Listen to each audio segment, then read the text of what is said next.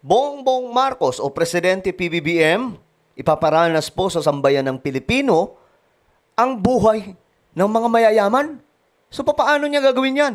Pag-usapan po natin ngayon, guys.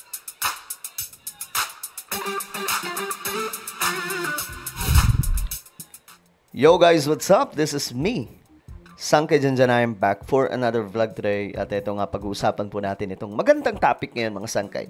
Patungkol po dito sa matinding gustong gawin o ginagawa na po ngayon ni PBBM, mga Sangkay. Ito po ay nakakagulat lamang dahil nga po ang gusto niya palang mangyari, maranasan nating mga Pilipino, lalong-lalo na po yung mga hindi naman nakakaranas sa buhay na gaya ng mga mayayaman na yan, mga Sangkay. Gusto ni PBBM maranasan ng lahat ng Pilipino ang buhay ng isang mayaman. So ano ito? Pag-usapan po natin yan ngayon, mga Sangkay. Interesting, no? Anyway guys, bago tayo mag-umpisa, no, paki-subscribe yung ating YouTube channel. Naku po, road to 2 million subscribers na po tayo. So kung hindi ka pa po nakakapag-subscribe, ano ba ang hinihintay mo, pare koy? Makikita nyo po yung subscribe button sa baba ng video na to. I-click nyo lamang po yung subscribe, i-click ang bell, at i-click nyo po yung all. At sa mga nanonood po sa Facebook, i-follow nyo po yung ating Facebook page. Alright, eto na nga guys, pag-usapan po natin ito. Ayan. Ito po ay patungkol sa world-class pabahay ni Pangulong Bongbong Marcos. Eto yan. Ayon po kasi dito, mga Sangkay, ang gusto daw po ni PBBM, tingnan nyo, pang mayaman yan, mga Sangkay, oh. Diba? Dati, ala po natin, mga mayayaman lang po ang makakaranas ng ganitong klaseng pabahay. Hindi, guys. Sa panahon ni PBBM, ginagawa na po ito sa buong bansa ngayon. At ang iba nga po, mayroon na pong tirahan, mga Sangkay, na nakuha mula po sa mga pabahay na world-class ni PBBM. Ayan po, mga Sangkay, oh. Kita nyo yan, may basketball court. Talagang matatawag po siya ng mga pangmayaman kasi parang ano yan eh. 'Di ba yung mga pumunta kayong Metro Manila, makikita niyo po yung mga pangmayaman na mga kondo, mga Sangkay, may basketball court, merong swimming pool. Ginawa ni BBM, nagpagawa siya ng mga ganito, mga Sangkay. Tapos meron na pong kompletong nilalaman ang loob. May basketball court, may park, merong swimming pool. Sino magkakakala na magkakaroon ng ganun? Ayan o, may swimming pool, mga Sangkay. At yung iba dyan, magaganda pa. Ito po yung loob niyan, mga Sangkay. Tingnan nyo. Kita nyo yan? Guys, akala nyo, drawing lang to. Naku po, nakita nyo na mga name picture. Bahala sila sa buhay. Yung mga hindi naniniwala, hayaan nyo sila. Pero kayo, mga Sangkay, ang gawin nyo, itanong nyo sa mga local government nyo, sa mga kapitulyo nyo, o kaya mga munisipyo nyo, magtanong kayo kung mayroon na pong 4PH program kasi gusto nyong mag-avail. Okay, ang makakatanggap lang po nito, mga Sangkay, yung mga karapat-dapat lang po, lalong-lalo na po yung mga wala talagang tahanan, mga Sangkay, nangungupahan lang. O, kita nyo, mga Sangkay. Ang gaganda. But, guys, hindi po ito katulad ng pinapakalat ng mga DDS na sinasabi po nilang, kita nyo, may bayad naman pala. Bakit ganun? May bayad to, guys, pero napakaliit lamang po talaga kasi ito po ay proyekto para po sa lahat ng mga mahihirap. Kita nyo yan, mga Sangkay? Yung mga kababayan po natin na naghihikaos, project po ito ni PBBM para sa kanila, para, mga Sangkay, maramdaman nila na talagang kanila, itong tahanan, kailangan po, mga Sangkay, may kahit papano, may financial pa rin po na ibibigay. Pero kakaunti po talaga, mga Sangkay, kumpara sa mga makukuha nyo sa mga bahay, sa mga bilyar, Miyo Marimar. Ngayon, mga Sangkay, eto, tingnan po natin itong project na ito. Sabi po sa akin ng mahal na Pangulo, at speaker po, kung magbibigay ka ng pabahay, huwag kamukha ng pabahay nung araw. Oo. Kapag magbibigay kayo ng pabahay, ito ha, ang goal nila, huwag kamukha ng pabahay noong araw. Ano ba ang meron sa mga pabahay noon? Substandard. Maliliit. Pangit. Yun po yun, mga Sangkay. Pero ngayon, kita nyo yung mga pabahay? Malulupit. World class. Akala mo pabahay po ng Singapore, pabahay ng China, pabahay po ng Japan. But guys, dito lamang po yan sa Pilipinas. Alam nyo guys, talagang totoo mamimiss nating lahat si PBBM pag wala na siya eh. Kasi nga po, sa panahon lamang po na nangyari ito, hindi po yan nangyari noon.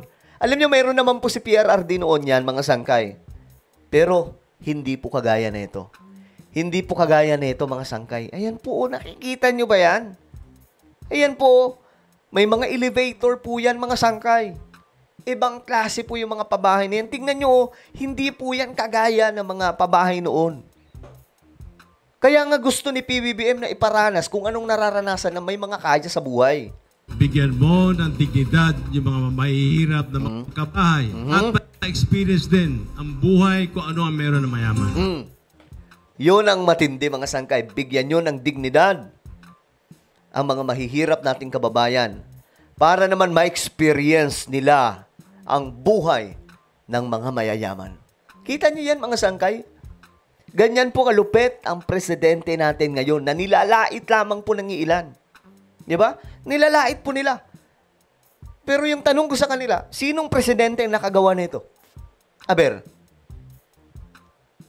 sinong presidente? Wala. Nag-iisang presidente, Bongbong Marcos lamang. Ako guys ha, hindi ako panatiko. Hindi ako panatiko guys. Sabi ko nga, kung panatiko ako, sasabihin kong Marcos forever. Hindi po tayo katulad ng iba dyan na nagsasabing Duterte forever. Ako mga sangkay, kapag may nakita akong matalino na namumuno or may potensyal, kagaya po ni Vico Soto, susuportahan ko yan. Kasi magaling hindi kurap.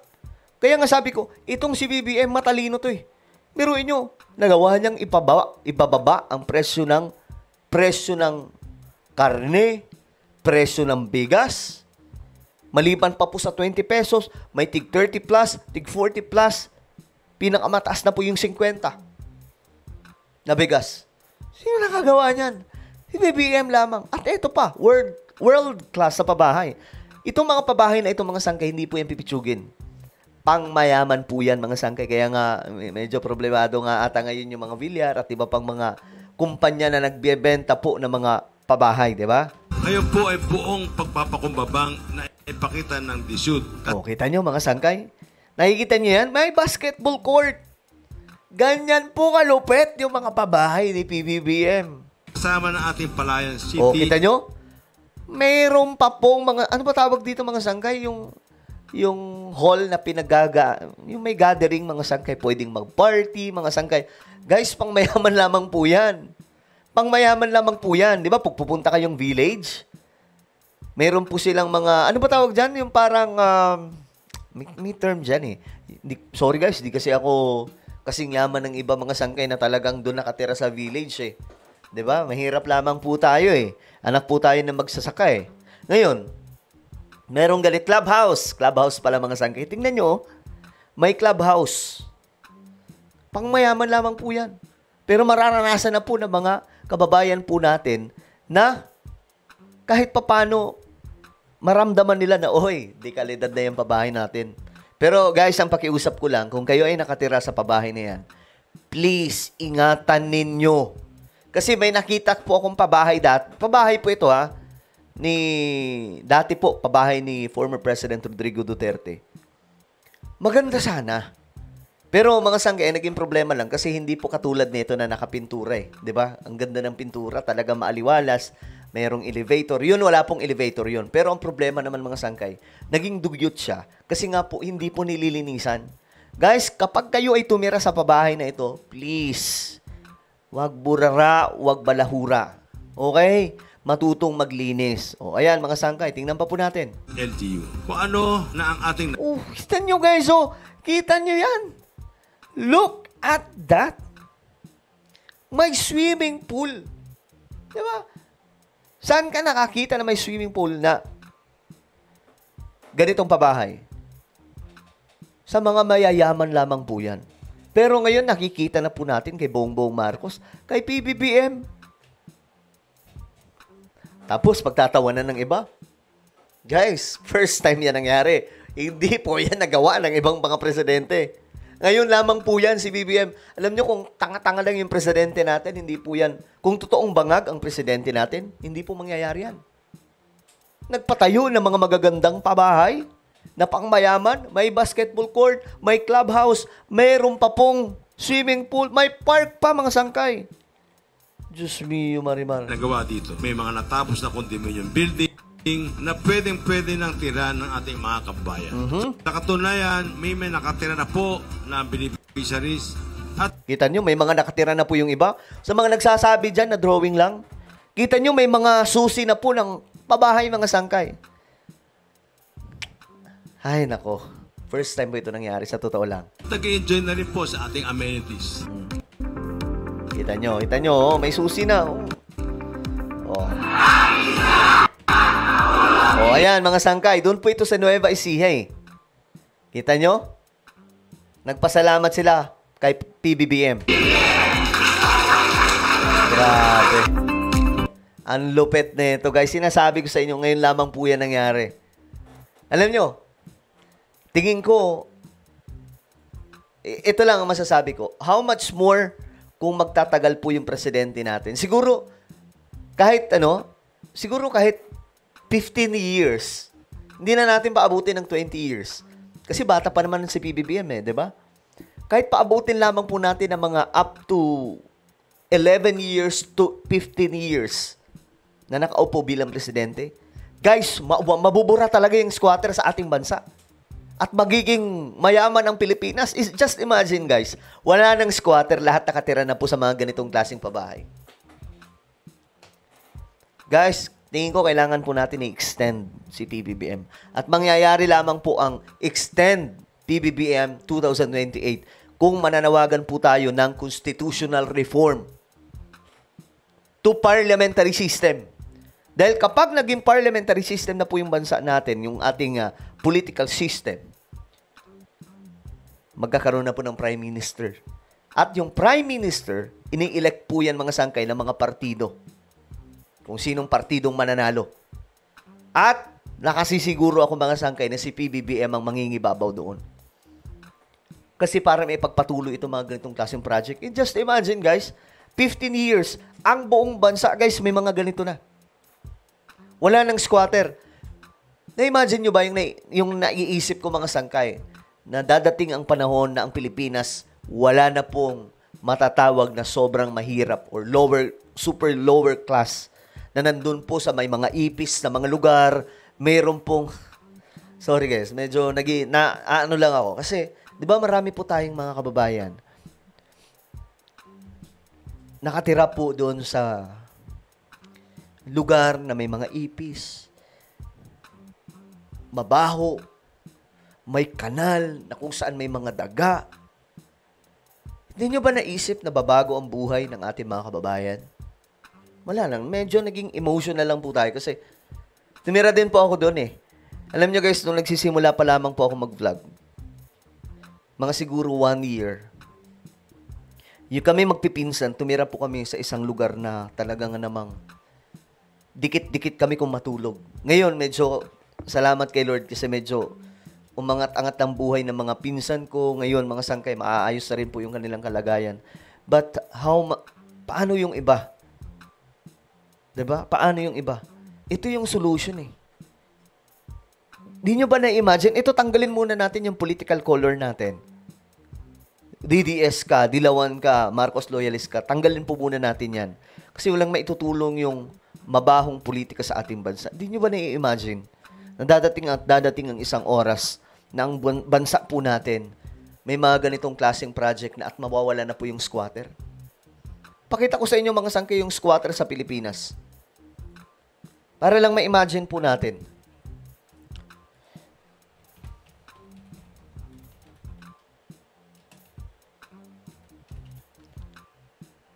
Ito.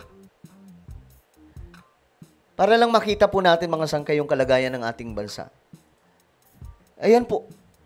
Ayan po yung nakakaiyak man mga sangkay kung iisipin. But ito po yung kalagayan ng Pilipinas.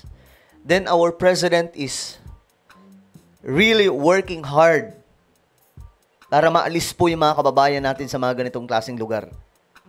Nagpapatayo po siya ngayon ng mga ganitong klaseng mga pabahay. Wala pong ibang presidente na nakaisip niyan eh. Sorry, medyo naawa lang kasi talaga ako sa mga kababayan po natin na nakatira po sa mga lugar na kung saan may mga ipis, mabaho, mga sangkay, may kanal na marumi. 'Di ba? may mga daga, siksikan kung matulog, samantalang pwede naman palang ganito. 'Di ba? Lang, mga sangkay. First time kasi ito nangyari. Sorry first time kasi ito nangyari na nagkaroon po tayo ng presidente ng vision na alisin yung mga kababayan po natin sa squatter. Kung kaya't ito ang tawag dito is 4PH program. Ito ang solution. Tanggalin po muna natin yung political color natin. It's time for us to unite. This is for Philippines. This is for Filipino people. Kasi, alam nyo, may maganda namang ginagawa yung presidente. Ayaw nyo ba na maalis sila dito at mabigyan po ng sariling tahanan? Guys, sa ibang bansa lamang po mayroong ganong klaseng proyekto. China, Japan, Singapore. Pero sa Pilipinas, guys, sinusubukan ni BBM ngayon na alisin yung mga kababayan natin sa ganitong klaseng area. Ngayon, may choice sila eh. Pero hindi po yan mangyayari, mga sangkay, kung maiksi lamang po yung panahon ni BBM sa panunungkulan. Kasi I'm sure, pagkatapos yung mga sangkay, wala na to. Pagkatapos niya, wala na to. Yung bigas, magmamahalan na rin. Diba? Ay, nako. So, charter change ang kailangan. Charter change. Ano pong inyong opinion, guys?